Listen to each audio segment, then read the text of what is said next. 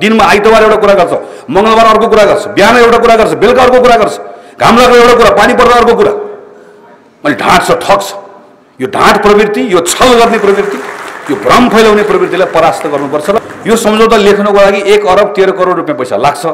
यो पैसा तिमीले दिनु पर्यो भनेर अमेरिकनको पैसा लिने, त्यो पैसा लिने निर्णय गर्दै गर्दाको मन्त्री परिषदमा को बस्ने भन्दा उप प्रधानमन्त्री को हुनुहुन्थ्यो? चित्रबहादुर केसी, कमल थापा, सीपी मैनाली, भीम रावल, अहिलेको हाम्रो सभामुख अग्नि सापकोटा, सबै त्यही मन्त्री परिषदमा बस्ने अनि त्यो पैसा लिने। युद्धको नाममा गएर घर घरमा टोल टोल गाउँ गाउँमा खुलेका ती सबै उद्योगहरू बन्द गर्ने त्यो बेलाको माओवादी र त्यस पछाडि नेपालको कम्युनिस्ट पार्टीहरू। कुनै पार्टीले सरकारमा जाँदै गर्दा साँच्चीकै कांग्रेसले सरकारले चलाएको उद्योग बेच्ने कुरा गलत थियो भने कुनै पनि कम्युनिस्ट पार्टीको नेताले प्रधानमन्त्री भएको बेलामा एउटा उद्योग खोल्यो? कसैले चुरोट उद्योग खोल्यो, कसैले जुत्ता उद्योग खोल्यो, कसैले कपडा उद्योग खोल्यो? भ्रिकुटी कागज कारखाना बेच्ने कुरा गलत थियो भने त्यो कम्युनिस्ट पार्टीको सरकार आउँदै गर्दा भ्रिकुटी कागज कारखाना जस्तो एउटा कागजको उद्योग किन नखोलेको होला? वैशाख 30 गते हामीले स्थानीय निर्वाचनको मिति तय गरेका छौँ। वैशाख 30 गते भन्दा एक दिन पनि निर्वाचन तलमाथि हुँदैन। तपाईहरुले कहिलेकाहीँ नेताहरूले पढेको सुन्नुहुन्छ, छापाहरूमा कसैले समाचार बनाएको सुन्नुहुन्छ, संसदको चुनाव अगाडि गर्ने हो कि संसदको चुनाव अगाडि गर्ने भएकोले गर्दा चुनाव एकैपटक गर्ने हो कि भनेको जस्तो कुराहरू कहिलेकाहीँ सुनिराख्नु भएको छ, पढिराख्नु भएको छ। यो कुराले तपाईलाई झुक्काएको पनि हुन सक्छ। संसद चल्दै चलेन भने के गर्ने भन्ने बारेमा हामीले छलफल सुरु गरेका छौँ। हामी मङ्सिरसम्म नेपाल कम्युनिस्ट पार्टी एमालेले नारा लगाइराख्ने, हामी संसद गइराख्ने, संसदको काम कारबाही के पनि अगाडि नबढ्ने, कुनै नियम कानुन संसदले बनाउन नसक्ने यो अवस्था यतिकै राख्ने पक्षमा छैनौँ। हामी कि नेकपा एमालेलाई फकाएर ल्याउँछौँ कि हामी नेकपा एमालेले नारा लगाएकै बीचमा कानुन बनाएर जान्छौँ? यो दुईटै कुरा नगर्ने हो भने हामी कुनै विकल्प खोज्छौँ। तर जुनसुकै विकल्प खोजे पनि त्यो सङ्घको संसदको कुरा हो। नेपाल सङ्घीय व्यवस्थामा छ भन्ने कुरालाई बुझ्नु पर्यो। त्यो सङ्घको संसदको कुरा हो। सङ्घको संसदको कुरा र स्थानीय निर्वाचनको कुनै सम्बन्ध छैन। स्थानीय निर्वाचन नेपालको संविधानले व्यवस्था गरेको छ, नेपालको कानुनले व्यवस्था गरेको छ, सरकारले निर्णय गरेको छ। त्यसैले सङ्घको संसदको बारेमा निर्णय जेसुकै भयो भने पनि वैशाख 30 गतेको निर्वाचन एक दिन पनि तलमाथि हुँदैन। नेपाल कम्युनिस्ट पार्टीको एमालेको केही नेताहरूले हामीहरू भनेको सुनिरहेका छौँ कि निर्वाचनबाट सरकार भाग्न खोज्यो। म यही मञ्चबाट नेकपा एमालेका नेताहरूलाई पनि तपाईहरु मार्फतबाट पनि उहाँहरूलाई सुनाउनु पर्ने भएको छ, भन्नुपर्ने भएको छ। नेकपा एमाले वैशाख 30 गतेको स्थानीय निर्वाचनमा देशभरि कांग्रेससँग हार्न तयार भएर बस्यो हुन्छ। निर्वाचन एक दिन पनि तलमाथि हुँदैन। हामी यसको कष्ट अब वैशाख 30 गते निर्वाचन गर्ने भनेपछि यो निर्वाचन जित्ने मैले भन्नु त भने अहिले, तर निर्वाचन जित्ने कुरा मैले एक्लैले यहाँ बोलेर मात्र हुन्न। आजको विषय जुन तपाईले उठाउनु भएको छ, हामीलाई सुदृढ संगठन पनि चाहियो, गतिशील नेतृत्व पनि चाहियो। सिन्धुपाल्चोकको सबै पालिकाहरूमा शानदार ढङ्गले यो पटक नेपाली कांग्रेसले पहिला भन्दा अझ राम्रो परिणाम ल्याउनु पर्ने छ।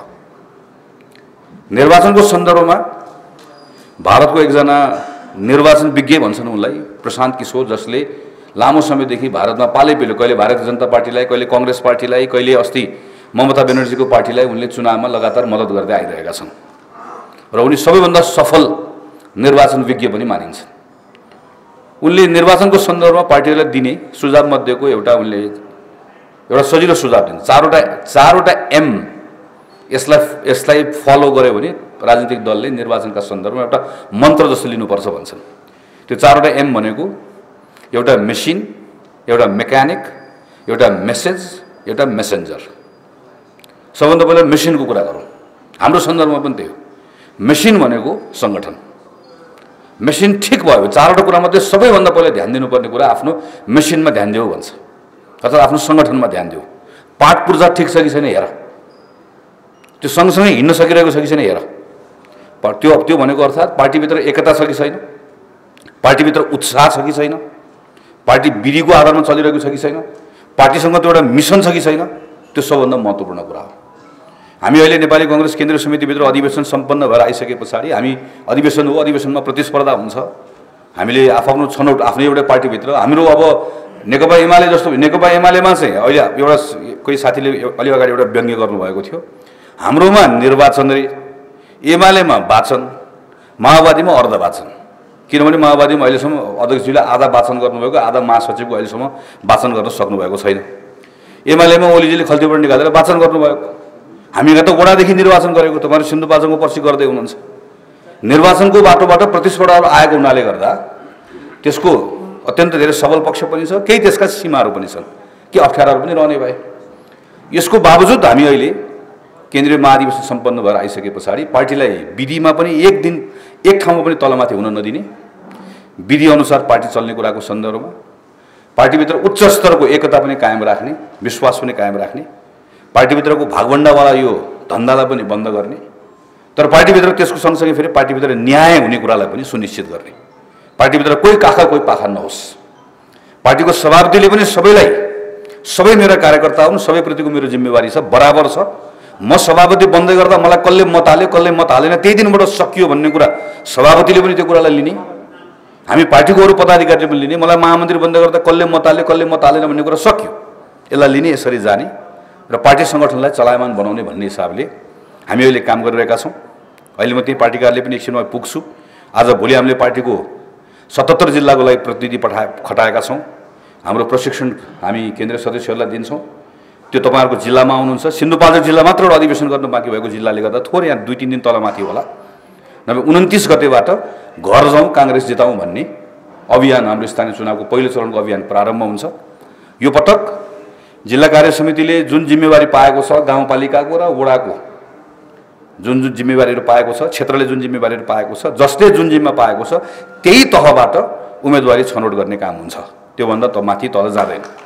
त्यसैले गाउँपालिकाले पनि आफ्नो काम गरेर बस्नु पर्यो, क्षेत्रले पनि आफ्नो काम गरेर बस्नु पर्यो। अब आउने जिल्ला कार्य समितिले पनि आफ्नो काम गर्छ। त्यो अनुसारले हामीले आफ्नो आफ्नो जिम्मेवारीहरू यहाँ टुङ्ग्याउँछौँ। यसका निम्ति पनि हाम्रो पार्टीको सङ्गठनलाई हामीले त्यसरी परिचालन गरेर लिएर जाने हो। हामीले सबैभन्दा बढी ध्यान दिन चाहेको यसपालि भनेको टोल समिति हो, जसको व्यवस्था अहिले हामीले विधानमा गरेका छौँ। म पार्टीको साथीहरूलाई आग्रह गर्न चाहन्छु, जो तपाईँहरू क्षेत्रीय प्रतिनिधि हुनुभएको छ, जो कोही साथीहरू जिल्ला कार्य समितिमा आउनु होला, कोही प्रदेशमा जानुभयो होला, कोही केन्द्रमा, कोही जहाँ जानुभयो, गाउँपालिकामा बस्नुभयो, ठिक छ। त्योभन्दा बाहेकको साथी जो क्षेत्रीय प्रतिनिधि हुनुहुन्छ, क्षेत्रीय प्रतिनिधि भएर बसेको साथीले कृपया गएर तपाईँले टोल समितिको प्रमुखको जिम्मा लिइदिनुहोस्। टोल समिति भनेको चाहिँ वडाभन्दा मुनिको समिति हो, त्यहाँ गएर बस्नु हुँदैन भन्ने भ्रमबाट बाहिर निस्किहालौँ हामीहरू। महाधिवेशन प्रतिनिधिले गएर टोल समितिको प्रमुख भएर बस्दै पनि हुन्छ, महासमिति सदस्यले गएर बस्दै पनि हुन्छ। नीति बनाउने बेलामा महासमितिमा जाने, नीति बनाउने बेलामा महाधिवेशनमा जाने, अरू बेलामा टोल समितिमा बसेर काम गर्ने। हामी सबैभन्दा बढी यसपालि त्यो टोल समितिलाई परिचालन गर्न चाहन्छौँ। टोल समितिले सबैभन्दा बढी काम गरोस्, निर्वाचनको तयारी गरोस् भन्ने चाहन्छौँ।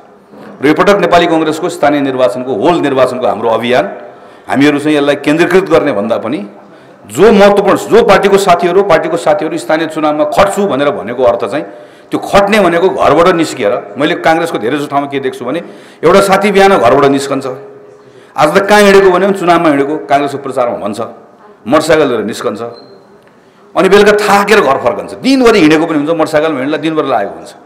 तर दिनभरि हिँड्दै गर्दा के गरिस् भनेर सोध्यो भने अर्को त्यस्तै मोटरसाइकलले पनि साथीसँग हिँडिरहेको हुन्छ। हामी आफू हिँड्छौँ, आफू भेट्छौँ, आफू कुराकानी गर्छौँ, घर आउँछौँ। यो पटक यसरी नहिँड्ने। यो पटक सबैजना कहाँ बस्यो भने आफ्नो टोलमा बस्ने, जो कोही पनि साथीले आफ्नो टोल नछाड्ने, जिल्लाको प्रमुख मान्छेले पनि जिल्लाको कोही जिम्मेवारी लिएको साथीले जिल्लाको जिम्मा जे छ त्यो काम गर्ने, बाँकी रहेको समय टोलमा बस्ने। म काङ्ग्रेसको महामन्त्री छु, मेरो महामन्त्रीको जिम्मेवारी हो, तर बराबर तपाईँ र म बराबर हो नि, हामी सबै काङ्ग्रेस सदस्य बराबर हो नि। मेरो पनि त टोल छ, म पनि मेरो टोलमा बस्नु पर्यो र मेरो टोलको मतदाता मैले चिन्नु पर्यो। मेरो टोलको मतदाता 2 जना भए पनि नयाँ मतदाता मैले थप्नु पर्यो, अनि बल्ल काङ्ग्रेसको मत हामीले ठिक ढङ्गले हाम्रो मत आउने अवस्था बन्छ। सङ्गठनलाई हाम्रो मेसिनलाई हामीले ठिक बनाउने हो। मेसिन पछिको दोस्रो कुरा भनेको मेसेज। हामी यो पटक निर्वाचनमा जाँदै गर्दाखेरि के मेसेज लिएर जनताको बिचमा जाने हो त? केही तपाईँहरूका स्थानीय मुद्दाहरू छन्, इन्द्रावतीको तपाईँको त्यहीँको मुद्दा भयो, मेलम्चीको त्यहीँको मुद्दा भयो, लोकल मुद्दाहरू छ। कहीँ हामी निर्वाचन जितेका छौँ, कहीँ हामी निर्वाचनमा हामी चाहिँ पराजित भयौँ। ती लोकल मुद्दाहरू तपाईँहरूले तय गर्ने हो। हामी चाहन्छौँ यो पटक प्रत्येक वडाले घोषणापत्र बनाउनुपर्छ, प्रत्येक पालिकाले घोषणापत्र बनाउनुपर्छ, जितेको ठाउँमा पनि प्रतिस्पर्धा गरेको ठाउँमा पनि। र हामी 5 वर्ष आयौँ भने हामी के गर्छौँ भन्ने कुराको बारेमा प्रष्ट एउटा मार्गचित्रसहितको घोषणापत्र हामीले बनाउने हो। केन्द्रबाट पनि हामीहरू बनाउँछौँ त्यो घोषणापत्रको। तर मर्म त एउटा छ, हामी एउटा मेसेज लिएर जाने हो। यो पटकको मेसेज लिएर जाँदै गर्दा 2-3टा कुरा जनताको बिचमा लिएर जानुपर्ने छ हामीले। 2074 सालमा 2टा कम्युनिस्ट पार्टी मिलेर एउटा कम्युनिस्ट पार्टी उहाँहरूले बनाउनु भयो। त्यो कम्युनिस्ट पार्टीले 5 वर्ष शासन चलाउने जिम्मा पाएको हो। अहिले प्रधानमन्त्री शेरबहादुर देउवा हुनुपर्ने नै होइन, अहिले प्रधानमन्त्री कि केपी शर्मा ओली हुने हो कि माधव नेपाल हुने हो कि पुष्पकमल दाहाल हुने हो कि उहाँहरूको कुरा हो। तर कोही न कोही कम्युनिस्ट पार्टीको नेता अहिले प्रधानमन्त्री हुनुपर्ने हो। अहिले प्रदेशको मुख्यमन्त्री पनि 5 से 7 वटा प्रदेशमा कहीँ पनि नेपाली कांग्रेस हुने होइन, किन हामी अघिल्लो निर्वाचनबाट हामीले त्यो म्यान्डेट पाएकै होइन र हामी त्यहाँ बस्न हाम्रो चाहना पनि होइन। हामी यो 79 सालको मङ्सिरको चुनावबाट चुनाव जितेर मात्रै हामी यो संसदमा बहुमत ल्याएर मात्रै सरकार बनाउन चाहन्थ्यौँ।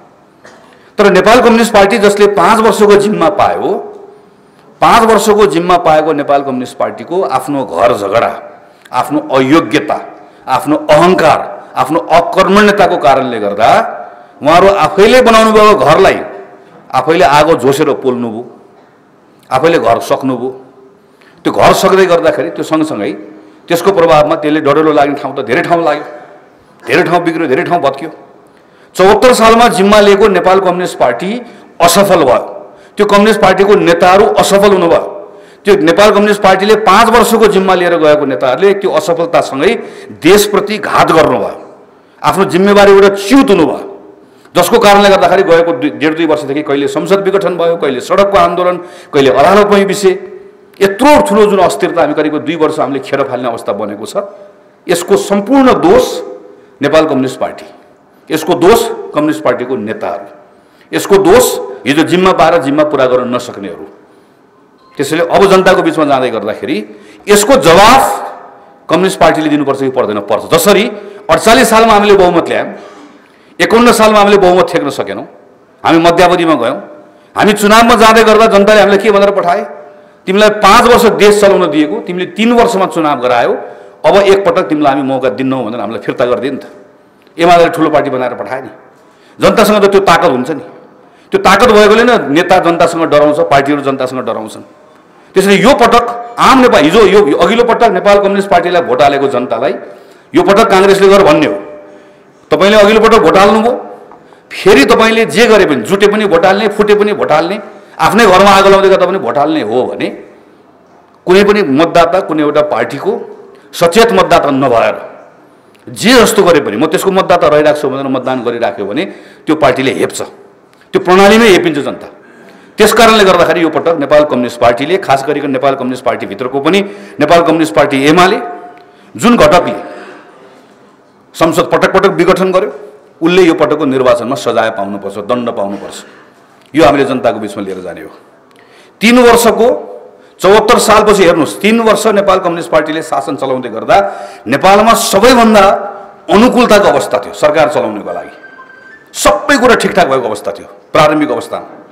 तर त्यो 3 वर्ष नेपालको अर्थतन्त्रमा हामीले हेऱ्यौँ, नेपालको शासनमा हामीले हेऱ्यौँ, त्यस्तो स्थिरताको अवस्था हुँदै गर्दा पनि 3 वर्षको पुरानो कुरा हो तपाईँले सम्झाउनु पर्नेछ। कोभिडको बेलामा गरेको भ्रष्टाचार तपाईँले सम्झाउनु पर्नेछ, त्यो बेलामा गरेको अनियमितता तपाईँले सम्झाउनु पर्नेछ। केपी ओलीको सरकारमा पालामाको भएको एकपछि अर्को काण्डका बारेमा तपाईँले जनतालाई गएर बताउनु पर्नेछ। यो मेसेज लिएर जानुपर्नेछ। र पछिल्लो समयमा एमसीसीको बारेमा जुन खालको राष्ट्रिय बहस भयो, यो बहसका बारेमा पनि तपाईँले जनताको बिचमा बताउनु लिएर जानुपर्छ। यो एमसीसीको प्रकरणलाई एउटा देशले हामीलाई गरेको एउटा आर्थिक सहयोग हो, त्यो सहयोगको विषय आयो, सबैले मत हाल्यौँ, पास भयो, टुङ्ग्यो, यसलाई यहीँ बिर्सन पनि सकिन्छ। तर यो पटक एमसीसीको विषयलाई एउटा कुनै एमसीसी कुनै एउटा आर्थिक सहयोगको विषयलाई लिएर होइन, खास गरिकन नेपालको कम्युनिस्टहरूको ढोंगी प्रवृत्तिलाई चिर्नका लागि यो घटनालाई, यो प्रकरणलाई काङ्ग्रेसको साथीहरूले बुझ्नु पनि पर्छ, गाउँ गाउँ लिएर पनि जानुपर्छ। 2066 सालमा माधव नेपाल प्रधानमन्त्री भएको बेलामा माधव नेपालको सरकारले सुरेन्द्र पाण्डे अर्थमन्त्रीलाई अमेरिका पठाएर अमेरिकाको एमसीसीको मुख्यालयमा गएर यो सहयोग चाहियो भनेर सहयोग माग्ने। माधव नेपालको सरकार जान साथै झलनाथ खनालको सरकारले निर्णय गरेर उप प्रधानमन्त्री भरत बोन अधिकारीलाई, त्यो झलनाथको सरकार उप प्रधानमन्त्री भरत बोन अधिकारीलाई अमेरिका पठाएर त्यहाँको मन्त्रीलाई गएर भेटेर यत्रो ठुलो अनुदान थुप्रै देशलाई दिइराख्नु भएको छ, नेपाल तपाईँहरूको मित्र हो, नेपाललाई दिनुपर्छ भनेर गएर अनुरोध गर्ने। त्यसको अनुरोधको पत्र पठाउँदै गर्दा नेपालमा सरकार त छिटो बदलिन्छ। जाँदा प्रधानमन्त्री झलनाथ खनाल पत्र दिँदै गर्दा फर्केर पत्र पाउने बेलामा प्रधानमन्त्री बदलेर बाबुराम भट्टराई, अनि बाबुराम भट्टराईले पत्र पाउने, अनि बाबुराम भट्टराईले मान्छे नियुक्त गरेर काम सुरु गर्ने, बिचमा खिलराज रेग्मीको सरकारले पनि काम गर्ने, अनि सुशील कोइरालाको सरकार भनेको पनि त काङ्ग्रेस एमालेको संयुक्त सरकार, त्यो संयुक्त सरकारले अरू थप कामहरू अगाडि बढाउने, अनि 72 सालमा केपी ओलीको सरकार आउने, त्यो केपी ओलीको सरकार को मन्त्री परिषदले के भनेर निर्णय गर्ने भने यो सम्झौता अब सबै कामहरू हामीले अध्ययन पनि गऱ्यौँ, अब सम्झौता लेख्नु पर्यो, यो सम्झौता लेख्नको लागि 1 अरब 13 करोड रुपियाँ पैसा लाग्छ, यो पैसा तिमीले दिनु पर्यो भनेर अमेरिकनको पैसा लिने, त्यो पैसा लिने निर्णय गर्दै गर्दाको मन्त्री परिषदमा को बस्ने भन्दा उप प्रधानमन्त्री को हुनुहुन्थ्यो? चित्रबहादुर केसी, कमल थापा, सीपी मैनाली, भीम रावल, अहिलेको हाम्रो सभामुख अग्नि सापकोटा, सबै त्यही मन्त्री परिषदमा बस्ने अनि त्यो पैसा लिने। त्यसपछि प्रचण्डको सरकार आउने, जसको मन्त्री म पनि हो, प्रचण्डको सरकारमा कृष्णबहादुर महराले प्रस्ताव ल्याउने र हामीले पास गर्ने, अनि त्यो सरकार गइसकेपछि शेरबहादुरको सरकार आउने। शेरबहादुरको सरकार भनेको माओवादीको पनि सरकार हो, त्यही सरकारमा गिरिराजमणि पोखरेलदेखि सबै बस्ने र त्यसले मन्त्री परिषदबाट पास गर्ने, सम्झौता गर्ने। त्यो सकिएपछि केपी ओलीको सरकार आउने। त्यो सरकार भनेको नेपाल कम्युनिस्ट पार्टीको सरकार हो, त्यहाँ माओवादी पनि छ, एमाले पनि छ। त्यो सरकारले निर्णय गरेर संसदमा दर्ता गर्ने, 2075 साल माघ 25 गते निर्णय गर्ने, 2076 साल असारको 15 गते संसदमा दर्ता गर्ने, अनि दर्ता गरिसकेको केही दिन पछाडि अनि एकपछि अर्को कम्युनिस्ट नेता आउने, त्यही हस्ताक्षर गरेको आउने, अनि आएर चाहिँ त्यसपछि गएर यस्तो दलाली गर्न पाइन्छ भन्ने, देशसँग गद्दारी गर्न पाइन्छ भन्ने, गद्दार मुर्दाबाद भन्ने। झलनाथ खनालले गद्दार मुर्दाबाद भन्दै गर्दा औँलाई यसरी फर्काउनुपर्छ, गद्दार मुर्दाबाद भन्दै गर्दा आफूतिर फर्काउने, अनि बल्ल मिल्छ। कुनै माओवादीको नेताले गद्दार मुर्दाबाद भन्ने हो भने सबैभन्दा पहिला औँलाई फर्काउने, अनि लोप्पा आफूलाई खुवाउने, आफूतिर औँलाई फर्काउने, दलाल मुर्दाबाद भन्ने। कसलाई भनेको नभए कसलाई भनेको त? त्यसले काङ्ग्रेसको साथीहरूले यसपालि जनताको बिचमा जाँदै गर्दा भन्ने हो, कोही एमालेको मान्छेले आएर एमसीसीको बारेमा अलि ठुलो कुरा गर्छ भने उसँग सवाल जवाफ गर्ने होइन, उसलाई प्रश्न भन्ने, खरास बाटो देखाएको छैन भने बाटो देखाइदिने, टिकट काटिदिने, जाने, बालकोटमा गएर बाला सोध्ने, यो किन साइन गरेको सोध्ने। कोही माओवादीले अलिक ठुलो कुरा गर्यो भने पठाइदिइहाल्ने, टिकट काट्ने, उसलाई बस चढाइदिने, खोमलटार जाने, त्यहाँको बाला गरेर सोध्ने, किन हस्ताक्षर गरेको, किन ल्याएको, किन गरेको भनेर सोध्ने। तर जनताले सोध्यो भने चाहिँ जनतालाई बताउने, किन जनता कोही काङ्ग्रेस एमाले होइन, जनता भनेको जनार्दन हो, उसलाई बताउनुपर्छ। त्यसो भए पार्टीको साथीहरूले पढ्ने, हामी तपाईँहरूलाई पुस्तक बनाएर पठाउँदैछौँ, सबै साथीहरूले पढ्ने र यसको बारेमा बुझ्ने जान्ने मात्र होइन, यो कुनै एउटा विषय होइन, एउटा प्रवृत्ति हो। यो प्रवृत्तिलाई अब हामीले बताउनु, यो प्रवृत्ति कसरी आउँछ हेर्नुहोस् है। यो प्रवृत्ति अहिले एमसीसीमा यसरी आयो, अब केही दिनपछि हाम्रो संसदमा नागरिकताको विधेयकमा छलफल हुँदैछ। त्यो नागरिकताको विधेयकमा फेरि के मात्र आउँछ भने नागरिकता बेच्न लागे भनेर आउँछ। अस्ति अमेरिकन सेना आयो भन्दै आएको थियो, अब नागरिकता बेच्न लाग्यो भनेर आउँछ। अलि वर्ष अलि अगाडि यही प्रवृत्ति हामीलाई के भनेर आउँथ्यो भने यो उद्योग बेच्ने काङ्ग्रेस भनेर आउँथ्यो। त्यो बेलामा हामीले उत्तर दिएनौँ। हामीले के भन्न सक्नु पर्थ्यो भने नेपालमा अरबौँ रुपियाँको घाटा बिहोरेको उद्योगलाई, त्यसलाई बेचेर नेपालमा अरू सयौँ उद्योग खोल्नेलाई वातावरण बनाउने नेपाली कङ्ग्रेस, युद्धको नाममा गएर घर घरमा टोल गाउँमा खुलेका ती सबै उद्योगहरू बन्द गर्ने त्यो बेलाको माओवादी, र त्यस पछाडि नेपालको कम्युनिस्ट पार्टीहरू। कुनै पार्टीले सरकारमा जाँदै गर्दा साँच्चीकै काङ्ग्रेसले सरकारले चलाएको उद्योग बेच्ने कुरा गलत थियो भने कुनै पनि कम्युनिस्ट पार्टीको नेताले प्रधानमन्त्री भएको बेलामा एउटा उद्योग खोल्यो? कसैले चुरोट उद्योग खोल्यो, कसैले जुत्ता उद्योग खोल्यो, कसैले कपडा उद्योग खोल्यो? भ्रिकुटी कागज कारखाना बेच्ने कुरा गलत थियो भने त्यो कम्युनिस्ट पार्टीको सरकार आउँदै गर्दा भ्रिकुटी कागज कारखाना जस्तो एउटा कागजको उद्योग किन नखोलेको होला? बाँसबारी छालाको जुत्ता बेच्ने कुरा गलत थियो भने बाँसबारी छालाको उद्योग किन नखोलेको होला? किन नखोलेको भने त्यो कम्युनिस्ट पार्टीलाई राम्रोसँग के थाहा छ भने यो उद्योग चलाउनको लागि हामीले हिजो नेपाली कङ्ग्रेसको सरकार आउँदै गर्दा पञ्चायतकाल सकिने बेलामा त्यो उद्योगको घाटा जम्मा 12 अरब रुपियाँ राजस्व आउँथ्यो। त्यो राजस्व 12 अरब रुपियाँ उठाउँदै गर्दा 1 अरब त केमा तिर्नु पर्थ्यो? उद्योगको घाटामा त तिर्नु पर्थ्यो। त्यो ठाउँबाट निकालेर ल्याएको देशलाई राम्रोसँग हिसाब किताब बुझ्नुभएको छ उहाँहरूले। तर बाहिर आउँदै गर्दा के भन्नुहुन्छ? उद्योग बेच्ने काङ्ग्रेसहरू तपाईँलाई अहिले पनि गाउँमा गयो भने भन्छन्, ठाउँ ठाउँमा गयो भने कम्युनिस्टको एउटा नेताले मञ्च बाहेक दिइहाल्छ नि हामीलाई। हामीले जो किन हामी उठेर जवाफ दिएनौँ, प्रश्न गरेनौँ। एमसीसीको प्रकरण पनि यही हो, एउटै मान्छे हो त्यो। हिजो अरू ल्याउन नदिए पनि उही हो, हिजो उद्योग बेच्यो भने आरोप लाउने पनि उही हो, आज यो बेलामा अमेरिकन सेना आउँछ भन्ने पनि उही हो। यो प्रवृत्ति हो। यसले के गर्छ? एउटा मान्छेभित्र डर हुन्छ, एउटा मान्छेभित्र संशय हुन्छ, एउटा मान्छेभित्र शङ्का हुन्छ। स्वाभाविक, हामी मान्छे हो, हामीसँग डर पनि हुन्छ, भर पनि हुन्छ, आश पनि हुन्छ, त्रास पनि हुन्छ। सकारात्मक राजनीति गर्नेले मान्छेभित्रको राजनीति, हामी जस्तो राजनीतिक दलले आम मान्छेलाई गएर नडराउनुहोस्, हामी छौँ, तपाईँहरूले बनाएको पार्टी छ, हामी देश डुब्न दिन्नौँ, हामी ठिक गर्छौँ, के गल्ती भयो भने सम्झाउनु होला, सच्याएर जान्छौँ भन्दै जाने पनि हो। काङ्ग्रेस त्यही हो। तर नकारात्मक राजनीति गर्नेले, घृणाको राजनीति गर्नेले, उत्तेजनाको राजनीति गर्नेले के गर्छ? त्यो मान्छेको बिचमा आउँछ र के भन्छ भने त्यसको डरलाई प्रयोग गर्छ, तपाईँलाई तर्साइदिन्छ। आयो आयो आयो अमेरिकन सेना आयो भनिदियो अस्ति, लग्यो लग्यो लग्यो जग्गा लगिदियो भनिदियो। तपाईँको जिल्लामा मेलम्ची खानेपानी आयोजना भन्ने जुन आयोजना छ, ठ्याक्कै मेलम्ची खानेपानी आयोजना भनेको जस्तो हो, एमसिए भनेको ठ्याक्कै त्यस्तै हो। तपाईँले एकजना नेताले आएर बेलामा देखाउनुहुन्छ नि, ए जग्गा छ जग्गा छ। मेलम्ची खानेपानी आयोजनाको नाममा उसले कार्यालय खोलेको जग्गा कसको नाममा छ भनेर अहिले गएर हेर्न जानुभयो भने मेलम्ची खानेपानी आयोजनाको नाममा, त्यो मेलम्ची खानेपानी आयोजनाको नाममा ब्याङ्क अकाउन्ट हुन्छ, त्यसमा तलब भत्ता सुविधा हुन्छ, त्यसमा पैसा जम्मा गरेको हुन्छ। पैसा कहाँबाट ल्याएको? एसियाली विकास ब्याङ्कको ऋण ल्याएको। यो एमसिए भनेको ठ्याक्कै त्यही हो। त्यो एमसिएको नाम के राखिदिएको भए हुन्थ्यो भने रातोमाटे बुटवल प्रसारण लाइन आयोजना राखिदिएको भए मिल्थ्यो। अनि मेलम्ची खानेपानी आयोजनाको नाम के राख्नु मिल्थ्यो? एसियाली विकास ब्याङ्क खानेपानी आयोजना भन्ने नाम राख्न मिल्थ्यो। नाम हो यो। त्यति एउटा नाम राखेको कुरालाई लिएर थाहा छ राम्रोसँग त्यो नेतालाई, नपढेको होइन, नबुझेको होइन, ठग हो त्यो। उसले त्यो ठग भएकोले गर्दा उसलाई के थाहा छ भने दोकान चल्छ, भ्रमको दोकान चल्छ, उत्तेजनाको दोकान चल्छ। यो भ्रम र उत्तेजनाको दोकान चलाएर तपाईँभित्र भएको डरसँग खेल्न आउँछ। त्यो भएको कारणले गर्दाखेरि उसले उत्तेजनाको राजनीति गरिराख्छ। त्यसैले जनताको बिचमा यो पटक प्रश्न लिएर जाने हो, तपाईँ नेपालमा फेरि पनि उत्तेजनाको राजनीति गर्ने मानिसलाई जिताउन चाहनुहुन्छ? उत्तेजनाको राजनीतिको प्रवृत्ति जो घातक छ, यो प्रवृत्तिलाई पुरस्कृत गर्न चाहनुहुन्छ? यो प्रश्न लिएर जनताको बिचमा जाने हो। राष्ट्रिय राजनीतिमा मैले त्यसरी तपाईँलाई आग्रह गर्छु, हाम्रो मेसेज भनेको 74 सालबाट 5 वर्षको जिम्मा लिएर आएको नेपाल कम्युनिस्ट पार्टीका घटकहरू उहाँले चलाउन सक्नु भएन, घात गर्नुभयो। यत्रो ठुलो राष्ट्रिय विषयमा भित्र भएको बहसमा एउटा पार्टी सरकारमा हुँदा एउटा कुरा गर्छ, प्रतिपक्षमा हुँदा अर्को कुरा गर्छ, सडकमा एउटा कुरा गर्छ, दिनमा आइतबार एउटा कुरा गर्छ, मङ्गलबार अर्को कुरा गर्छ, बिहान एउटा कुरा गर्छ, बेलुका अर्को कुरा गर्छ, घाम लाग्दा एउटा कुरा, पानी पर्दा अर्को कुरा। अनि ढाँट छ, ठग छ।